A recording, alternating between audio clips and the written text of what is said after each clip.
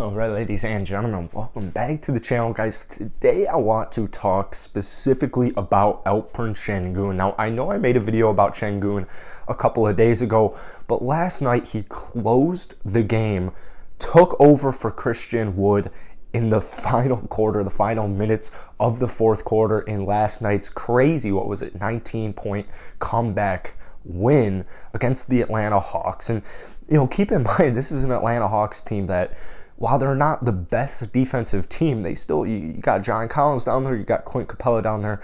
They have some big bodies. And first off, before we get into this video, if you guys enjoy it, hit that like button, hit that subscribe button. I post Rockets content at least once a day. We're trying to hit 1,000 subscribers by the end of the month. We still got a ways to go, so if you enjoy it, be sure to hit that subscribe button if you haven't already. Every like, every comment really helps out the algorithm as well. But last night was crazy, man, because so let's go through Christian Wood's stats, and then let's go through Alperen Sengun's. Because Christian Wood went 4 of 13, 0 of 6 from the field, 5 rebounds, 3 assists, and a steal for only 12 points. So, it was really just, he wasn't getting rebounds. He wasn't scoring. He wasn't making his threes. He made 0 of 6. He just wasn't making his shots. And defensively, also, wasn't playing the best. He had like a -12 rating when in comparison, Alperen Sengun had plus 15. So from Sengun's side, he had 25 minutes, which is probably the most I've seen from him in recent memory. But 25 minutes, 4 of 10 from the field, 0 of 2 from downtown, 3 of 4 from the free throw line, but he had 6 rebounds, 4 assists, a steal, 2 blocks, and 11 points. Now, here's the thing about LP. He played 25 minutes last night. He had 5 fouls. Per 36, Sengun is averaging he's averaging over 15 points per game, and he's averaging over 12 rebounds per game. He's getting like a steal, getting like over a block as well. Assist total somewhere around that 5 area. But LP, he fouls a lot. He fouls just a ton. I believe per 36, he just fouls out. Like 6 fouls per 36 minutes. So, really, I think the reason that we have not seen much of Sengun to this point is because, first off, he's 19 years old. He's a rookie. So they're not going to overdo him, right? Steven Silas isn't going to overdo him. He's not going to risk an injury, anything like that. So I think what we're seeing here is he just needs to learn how to foul less. And once LP learns how to foul less, he is going to see an increase of playing time. Now, we have a situation at hand, and I'm probably going to make a video about this here in the next couple of days about this topic. It's Christian Wood. Can Christian Wood and Sengun, can they coexist? Can they be like the future front court duo of our roster? Personally, I think that a Christian Wood at the 4, I think Christian Wood's just better suited for a 4, man. I know he likes playing that center position. I think he's more suited for that 4. The issue with that is he's not shooting well. He's shooting horribly this season. But Alperen provides enough spacing that I think Christian Wood does good enough when they're both out on the floor at the same time. Now, Steven Silas doesn't really run both of them out there ever. There's a couple reasons for this. Number one, and the most important, biggest reason is just Daniel Theis being out. You saw it last night. We just had, the Bucks game that we played, or the game after the Bucks. I can't remember it off the top of my head. For some reason, I can't remember who they just lost to right before this Hawks game. But you saw Daniel Theis play and start, and the Rockets starting lineup got off to such a slow start. And, you saw Theis play that whole game. He did not do well. And then tonight you saw no Daniel Theis. And that's what we're looking for. But basically, when you have Daniel Theis out of that rotation, the Houston Rockets are already, as it is, kind of a small team. Especially considering Usman Garuba is still out with injury, which, that's like a whole complicated thing in its own, which, we might have to make a whole video about that as well. It's nothing like seriously long-term that I'm worried about with Usman Garuba.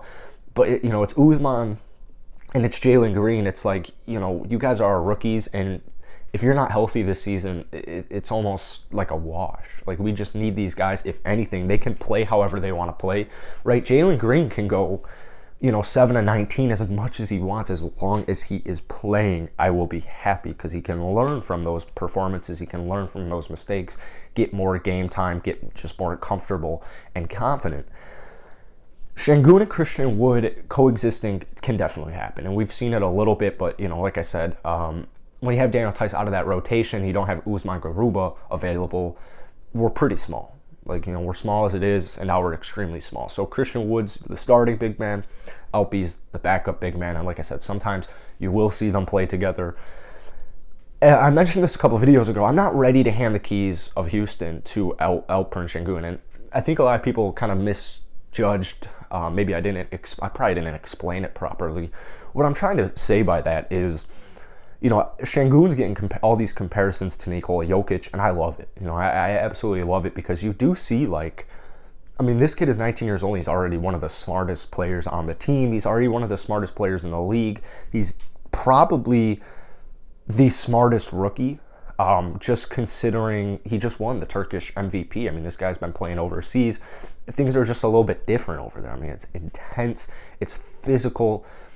Nothing is easy in Europe, especially scoring the basketball. So Sengun's got all this knowledge, because it's really hard overseas, as maybe not everyone realizes that, but overseas it's very, very competitive.